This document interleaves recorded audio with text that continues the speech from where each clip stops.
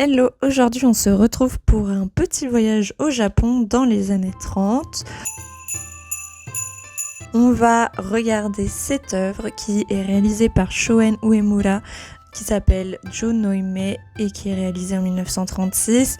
Évidemment, il va falloir que je vous remette un peu du contexte historique pour le Japon et que je vous présente cette artiste parce que je pense que vous la connaissez pas, alors que c'est un monument dans son pays. Donc pour le contexte, l'artiste elle va grandir dans un contexte d'ouverture du Japon puisque c'est un pays qui a longtemps été fermé et qui à la fin de l'ère Meiji va s'ouvrir et ça va permettre des échanges plus fréquents notamment avec l'Occident.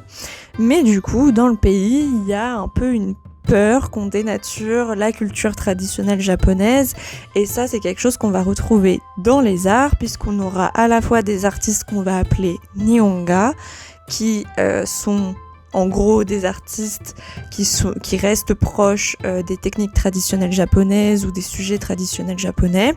Et de l'autre côté, on aura les yoga qui sont les artistes qui vont voir ces influences occidentales dans les arts, etc. notamment. Et ça va beaucoup les inspirer pour créer et pour faire leur art.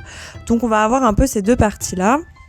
Et Shoen Uemura, elle sera du côté du Nihonga, mais c'est pas parce qu'elle est dans un style qu'on va dire plus traditionnel qu'il y aura pas forcément d'innovation, puisque en ce qui la concerne, son truc c'est les bijinga qui sont des portraits de belles femmes et elle va révolutionner ce genre-là. Donc évidemment, il faut que je vous fasse une petite biographie de Uemura, sinon on va pas s'en sortir.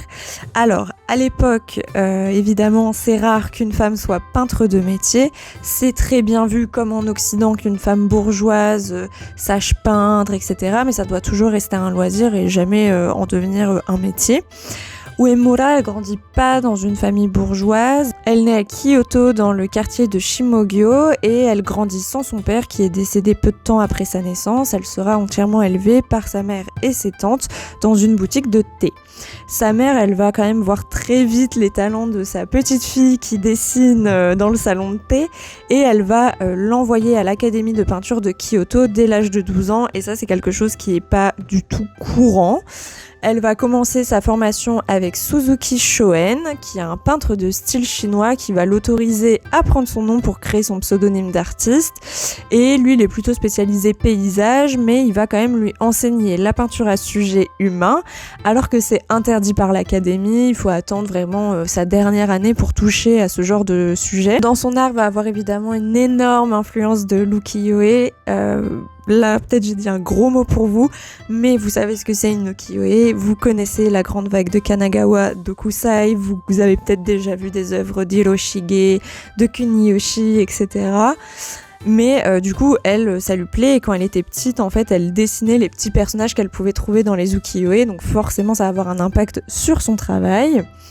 Et elle va donc se faire remarquer pour ses peintures de femmes, donc les bijinga.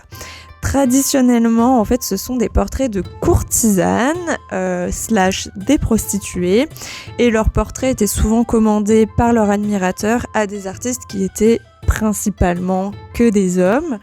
Et chez Uemura, elle va préférer peindre des femmes ordinaires, mais quand même de la haute société, au beau milieu de leur activité domestique ou parées de leurs plus belles toilettes pour des occasions particulières, etc. Elle va connaître un très très beau succès, notamment à l'âge de 15 ans, lorsque le duc de Kono, fils de la reine Victoria, lui achète une œuvre et du coup forcément ça va attirer des mécènes privés. Pour ces titres, avant de parler de l'œuvre, c'est la première femme à devenir membre de l'Académie impériale des arts. Elle est nommée artiste officielle de la maison impériale. C'est aussi la première femme médaillée de l'ordre de la culture. Et en plus d'avoir une de ses œuvres classée comme patrimoine important culturel du Japon. Elle sera jamais mariée et elle aura un enfant qu'elle élèvera seule. Donc vraiment dans des sociétés en plus très tradies, très patriarcales, c'est quand même une exception assez rare. Cependant, ça veut pas dire que dans son art, elle va être ultra féministe, on va dire, ou avoir un female gaze, ce genre de choses, puisque en fait, dans ses bijinga, elle représente la femme idéale japonaise. Donc c'est une femme belle qui correspond aux critères de beauté de l'époque. Elle est calme, elle est discrète, elle maîtrise ses émotions en toutes circonstances et ne montre pas ce qu'elle ressent sur son visage, par exemple. Donc vous pouvez retrouver des personnages dans des paysages hivernaux relativement hostiles avec beaucoup de vent, etc. Et on ne voit pas ces femmes galérer à marcher dans leur kimono ou ce genre de choses. Donc ça, c'est vraiment son truc. Et ici, elle représente une femme dans un très beau kimono rouge et c'est ça qui a attiré mon regard. Et on remarque qu'elle a une position un peu particulière, on peut se douter qu'il s'agit d'une danse et en fait le titre de l'œuvre nous donne déjà une indication puisque Jonomei c'est une partie précise dans le théâtre de No, en fait comme dans une chanson qui peut être composée de couplets, refrains, ponts, etc. Et bien pour les pièces de théâtre c'est pareil et la partie Jonomei ça correspond à une partie où le personnage féminin danse de la manière la plus lente, la plus élégante, avec des mouvements tout en retenue, donc qui rejoint cet idéal de la femme japonaise. Sauf que normalement, le théâtre de No est entièrement performé par des hommes, même les personnages féminins, mais Uemura a préféré faire poser une modèle féminine pour son œuvre. D'ailleurs, au niveau de sa coiffure aussi, c'est une coiffure traditionnelle qui est considérée comme très raffinée, etc. Et pour le sujet ici, c'est aussi potentiellement une fille de bonne famille qui pratique cette danse, car c'était c'était bien vu de maîtriser les arts de la danse, de la musique, de la peinture, etc. Et si c'était un réel acteur, il aurait dû porter un masque ici.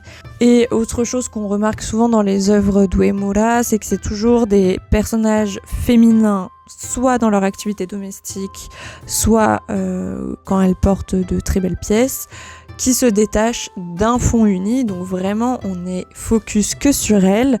Ici, on est focus que sur ces mouvements extrêmement raffinés et on peut deviner la suite de cette danse puisque le personnage est entièrement en mouvement et que tout est fait pour qu'on regarde ses mains, qu'on regarde ses pieds, etc. par les différents jeux de contraste. Voilà pour l'œuvre d'aujourd'hui, j'espère que ça vous a plu, qu'on passe dans une autre culture et on se retrouve demain pour la suite.